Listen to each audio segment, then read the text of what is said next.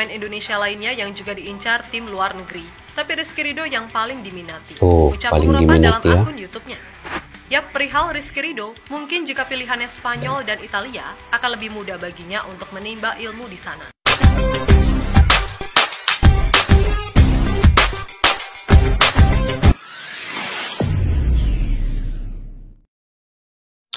Assalamualaikum dan salam persaudaraan, salam sepak bola. Selamat bertemu kembali guys di channel Asqalani Studio. Oke, hari ini saya ingin berbicara ataupun membahaskan terkait dengan persiapan timnas Indonesia di senior dan juga di Piala AFF U22. Tapi baru-baru ini Piala AFF U22, timnas U22 baru menjalani latihan menghadapi Bali United dan menang. Itu disertai oleh pemain Marcelino Ferdinand dan juga Pratama Arhan, dan mereka sudah berlepas guys ke Myanmar ya untuk perlawanan partai perdana pada tanggal 9. Jadi hanya tinggal berapa hari lagi, hari ini akan berlepas ke Myanmar. Oke, di timnas senior pula kemarin Miss Hilges, sekarang ini Martin Paes yang bukan fakta, kejutkan detik akhir AFF, Ridho dibujuk Mancini. Adakah Rizky Ridho nih kemungkinan akan bermain di Liga di Italia ataupun di Liga Eropa, di mana-mana lah di Eropa ini guys. Sebab Rizky Ridho ini punya potensi yang bagus, talenta yang bagus, dan juga sayangnya kalau dia bermain di Liga 1 dalam usia yang begini muda lagi, tidak mengembangkan bakatnya dan mencari pengalaman bermain di luar. Seperti Marcelino Ferdinand, Pratama Arhan dan juga Asnawi Mangku Alam. Mereka punya pengalaman bermain di liga di luar negeri. Jadi apa salahnya untuk Rizky Ridho pula, seorang pemain yang sangat-sangat bertalenta di Indonesia yang ada sekarang ini, untuk bermain di Eropa pula. Jadi sekarang ini mungkin beberapa klub sudah melihat cara permain Rizky Ridho yang punya ketenangan, punya taktis yang baik, cara kawal di bagian lini pertahanan, itu membuatkan mereka terpegunnya melihat cara permainan Rizky Ridho itu. Dan kebanyakan klub-klub elit di Eropa ini mula melirik pemain timnas Indonesia sebenarnya, seperti Kevin Dix, Calvin Verdong, Miss Hilges, Marcelino Ferdinand, Rizky Ridho dan lain-lain lagi. Jadi ini buktinya juga bahwa pemain lokal Indonesia seperti Rizky Ridho dan juga Marcelino Ferdinand punya kualitas yang tersendiri ya. Jadi ayo guys, kita simak dulu video ini untuk kita bahas di penghujung video nanti. Oke, tanpa berbasa-basi yuk kita simak video ini guys.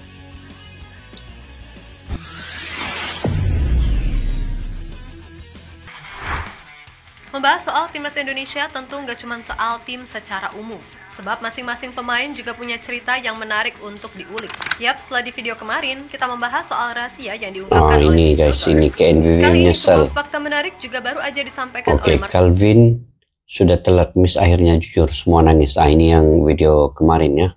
Dan Plus, yang mana Martin mengungkapkan sisi lain karirnya yang mungkin belum semua orang ketahui. Nah, kemudian perihal pemain, kita sekarang juga ikut-ikutan nih memantau perkembangan karir mereka.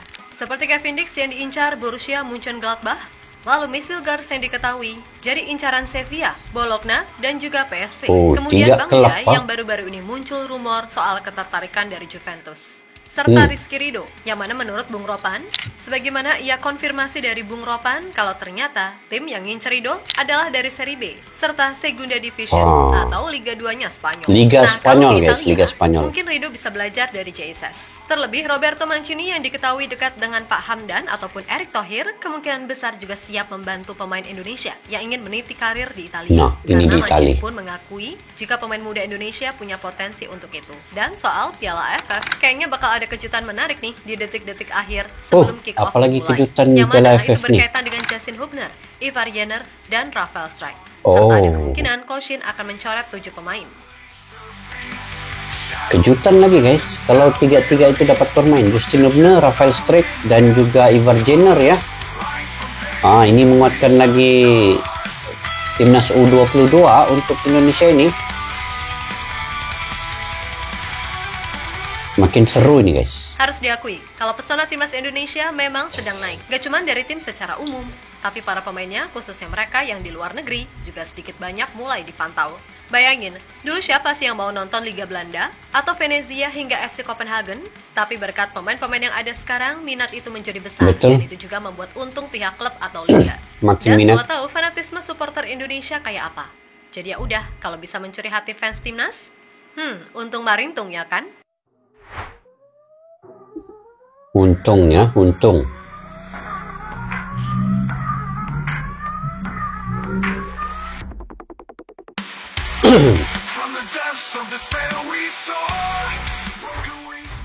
Yap, kalau membahas soal pemain, tentu di luar hal teknis, ada juga sisi menarik di luar teknis yang bisa jadi cerita menarik. Nah, setelah kemarin dalam video, kita membahas soal rahasia yang diungkap Miss Silgers. Kali ini cerita menarik yang mungkin belum Martin diketahui Paes. banyak orang datang dari Martin Paes, di mana dalam sebuah wawancara, Martin menceritakan kalau sebenarnya dulu ia bukanlah seorang kiper melainkan striker. Oh. Akan tetapi Martin ketika itu mengaku Striker memiliki dulu, ah. fisik yang kurang mumpuni sebagai penyerang, yang mana dirinya disebut terlalu malas alias mager buat berlari untuk bisa mendapatkan bola dan mencetak gol. Intinya, Martin mengaku ketika itu ia lebih suka nyantai dan selalu malas-malasan jika harus berlari. Ini adalah kisah yang aneh. Saya adalah seorang penyerang berusia 15 tahun yang tidak bersemangat dan mengikuti setiap sesi latihan tanpa motivasi. Saya tidak suka menjadi penyerang, terlalu banyak berlari. Saya menemukan gairah saya dalam artian, saya menjadi terobsesi untuk menjadi penjaga gawang yang baik. Dan sejak saat itu, perkembangan saya terus meningkat pesat. Awalnya, saya adalah penjaga gawang yang sangat tidak biasa, karena saya belajar banyak hal dari diri saya sendiri. Saya seperti berlian yang belum diasah, dan sedikit demi sedikit, saya menjadi semakin baik. Saya masih merasa masih banyak potensi yang tersisa untuk berkembang dalam hal itu. Ucap Martin, dikutip dari fifa.co.id.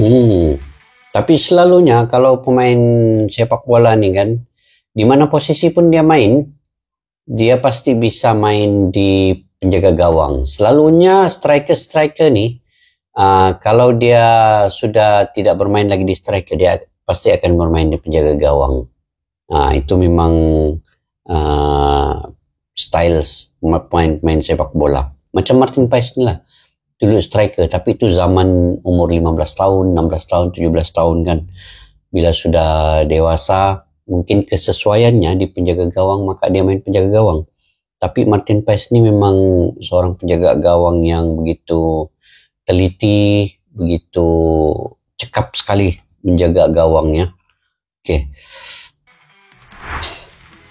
Agak lucu sih, tapi dengan pengalaman pernah jadi striker, ia jadi lebih paham dan tenang ketika berhadapan dengan penyerang. Betul. Tapi dengan pengakuan seperti itu, siapa tahu ya kan, Coach Shin akan mencoba hal gendeng lainnya. Misal, lebih sering nyuruh Martin ikutan maju ketika situasi terdesak, terutama ketika situasi bola mati. Dan itu bukan hal yang nggak mungkin, karena Coach Shin ini emang dikenal punya eksperimen yang agak lain, seperti pernah menjadikan Elkan sebagai striker ketika melawan Jepang di Piala Asia. Meskipun begitu, sekarang jiwa Martin memang udah full jadi kiper, yang mana aksi-aksi berkelasnya mampu membuat gawang Indonesia jadi lebih aman. Ini dia save penalti, yo.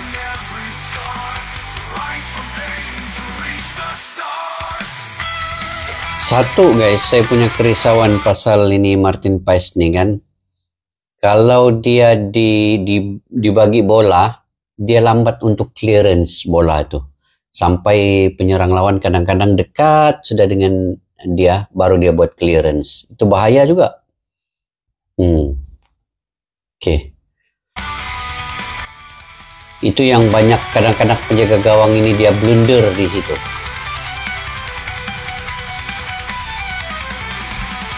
Tapi dari segi dia punya save nih memang mantap lah. Di sisi lain ada kabar menarik nih soal rumor transfer pemain Rizky Ridho. yang setelah kemarin kita dikasih tahu kalau Miss Silgers sedang masuk buruan Bologna, Sevilla dan PSV atau Kevin Dix yang diincar Borussia Mönchengladbach serta Jesus yang selain masuk radar Torino dan Fiorentina, kini kabarnya juga masuk radar Juventus. Ada Rizky Ridho yang semula digosipkan diincar tim Jepang FC Tokyo. Namun, menurut penuturan dari jurnalis senior Bung Ropan yang tawaran Spanyol dan Italia dan Hamedan, kalau kabar itu sama sekali nggak benar. Yang ada, Rizky ini masuk ke radar tim Serie B Italia serta Segunda Division atau Liga 2-nya Spanyol. Saya berikan info kepada teman-teman bahwa sebenarnya Rizky Ridho itu bukan diincar oleh FC Tokyo, tapi diincar oleh tim Eropa. Ada 2 tim yang mengincarnya. Informasi ini saya share buat teman-teman. Walau belum bisa dipastikan, saya pikir ini adalah hal yang positif jika dihubungkan ke agennya. Kedua tim itu masing-masing satu dari divisi Segunda dan Serie B Italia. Dalam suatu kesempatan, saya sempat berbicara dengan Pak Hamdan Hamedan. Ia mengaku Rizky Ridho menjadi salah satu pemain yang dibidik. Tapi ada juga pemain Indonesia lainnya yang juga diincar tim luar negeri. Tapi Rizky Ridho yang paling diminati. Ucap Bung Ropa dalam akun YouTube-nya. Yap, perihal Rizky Ridho, mungkin jika pilihannya Spanyol dan Italia, akan lebih mudah baginya untuk menimba ilmu di sana. Sebab di sana ada figur-figur yang siap membantu Ridho beradaptasi. Mulai dari CSS, ada Kurniawan Dwi Yulianto di Como, serta pastinya ada sosok Erick Thohir yang namanya udah beken di sepak bola Italia. Terlebih di sana juga ada Roberto Mancini, yang juga kenal dengan Pak Hamdan Hamedan serta Pak Erick, dan Mancini pun diketahui juga sempat memuji bakat-bakat timnas Indonesia. Maka bisa jadi ia akan mendukung dan membantu apa yang bisa dibantu untuk mewujudkan ini semua jika dimintai tolong. Nah, pertanyaannya, Ridho ini mau nggak kan gitu? Mesti mau. Itu ya guys, Hamdan Hamedan itu sebenarnya yang paling banyak membantu kan pemain-pemain timnas Indonesia untuk berkarir di Eropa. Dia yang banyak link ataupun hubungan komunikasi dengan klub-klub besar di Eropa. Dan Rizky Ridho ini mesti dia kena pergi Eropa untuk peluang lah, sekali dalam seumur hidup peluangnya bermain di sana kan. Siapa tidak mau main di Eropa guys ya. Itu salah satu tempat yang paling baik mencari pengalaman untuk pemain-pemain profesional sebenarnya. Oke.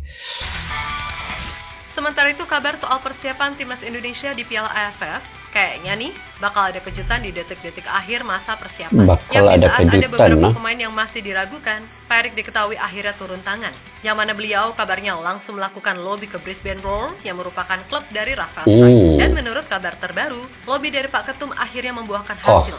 Karena Rafa kabarnya bisa bergabung ke timnas Indonesia pada tanggal 17 Desember mendatang. Meskipun begitu, Pak Erick kayaknya akan mencoba melakukan nego lagi agar Rafa bisa lebih cepat bergabung.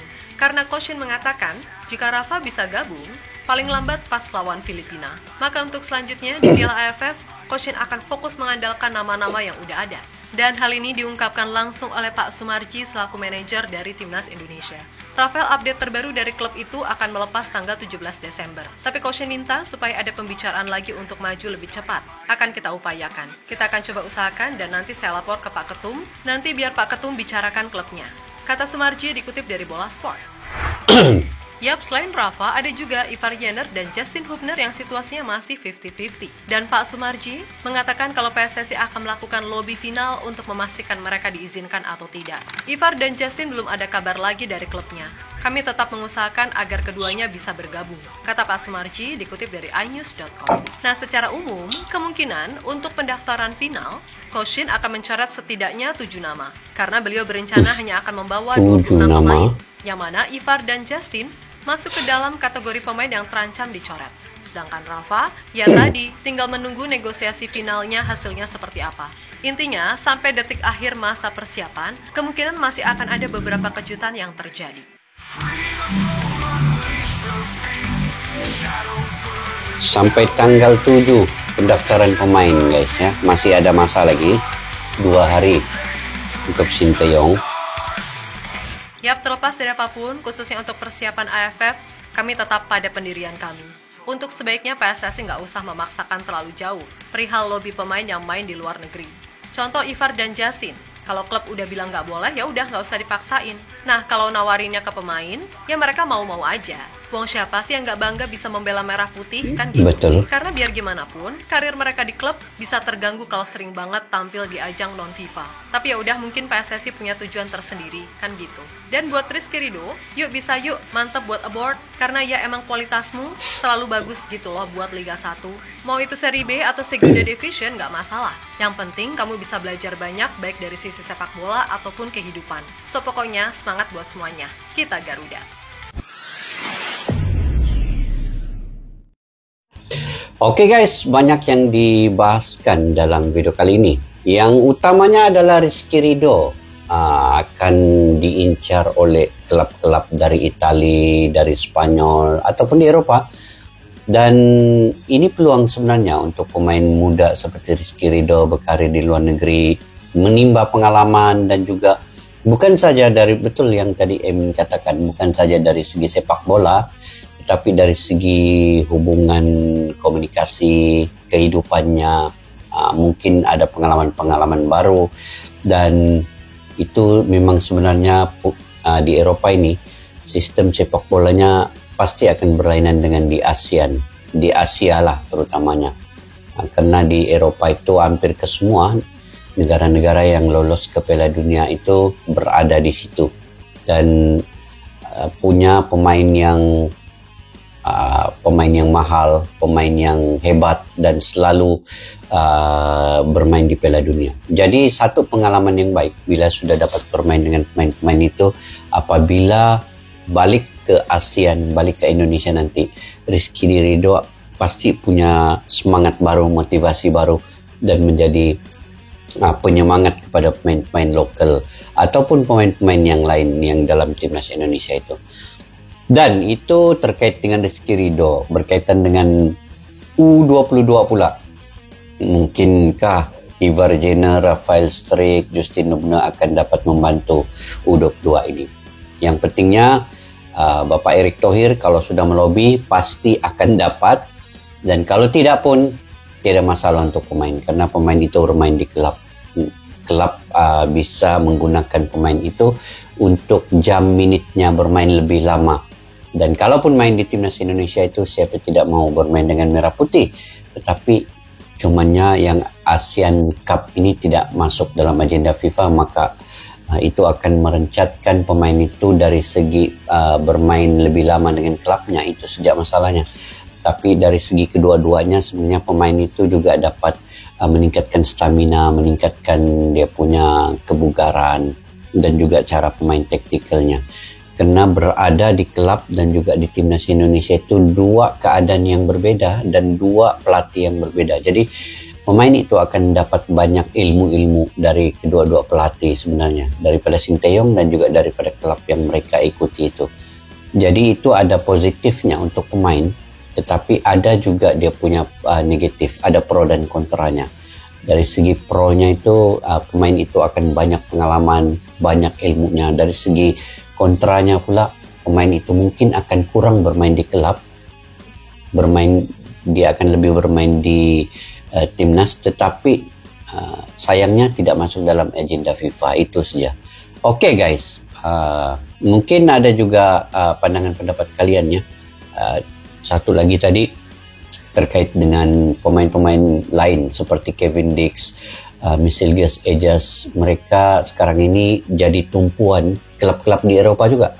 Apabila sudah bermain di timnas Indonesia sudah meningkat, maka itu akan dijadikan tumpuan pemain-pemain itu.